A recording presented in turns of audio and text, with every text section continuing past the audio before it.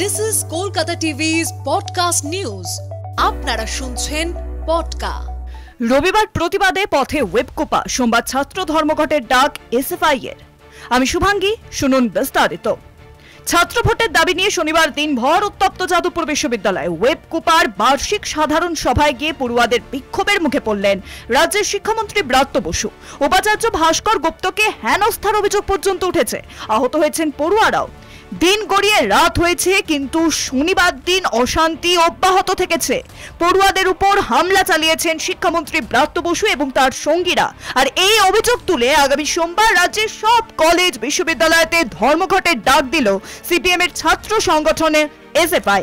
শিক্ষামন্ত্রী এবং অন্য অধ্যাপকদের উপর হামলার প্রতিবাদ করে রবিবার প্রতিবাদ কর্মসূচির ডাক দিল তৃণমূলের প্রভাবিত অধ্যাপক সংগঠন ওয়েবকোপা। ওয়েবকোপার বার্ষিক সাধারণ সভায় গিয়ে পড়ুয়াদের বিক্ষোভের মুখে পড়লেন রাজ্যের শিক্ষামন্ত্রী ব্রাত্য বসু। ওয়েবকোপার সদস্য ওম প্রকাশ মিশ্রকেও হেনস্থার অভিযোগ উঠেছে বিক্ষোভরত ছাত্রদের বিরুদ্ধে। এক মহিলা অধ্যাপকের শাড়ি ছেঁড়ার অভিযোগ পর্যন্ত উঠেছে।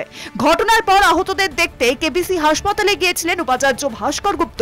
অভিযোগ, সেখানেই তাকে কয়েকজন হেনস্থা করেন আর তার পাঞ্জাবিও টানাটানিতে ছিঁড়ে যায়। শিক্ষামন্ত্রী এবং অন্য অধ্যাপকদের উপর হামলার ঘটনায় নিন্দা করে তৃণমূল কংগ্রেস।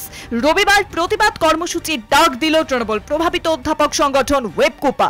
রবিবার দুপুর 2টায় যাদবপুরের 8B বাস স্ট্যান্ডে এই প্রতিবাদ কর্মসূচি হবে। এসএফআই এর অভিযোগ, তৃণমূল ছাত্র নেতাদের বাধা ঘিরে বচসা ও অশান্তির পরিস্থিতি তৈরি হয়, যার জেরে আহত হয় তাদের বেশ কয়েকজন সদস্য। পড়ুয়াদের উপর হামলার ঘটনার প্রতিবাদ জানিয়ে পাল্টা পথে নামতে চলেছে এসএফআই। সোমবার ধর্মঘটের আগে রবিবারও রাজ্য জুড়ে একযোগে আন্দোলন প্রতিবাদের ডাক দিয়েছে তারা।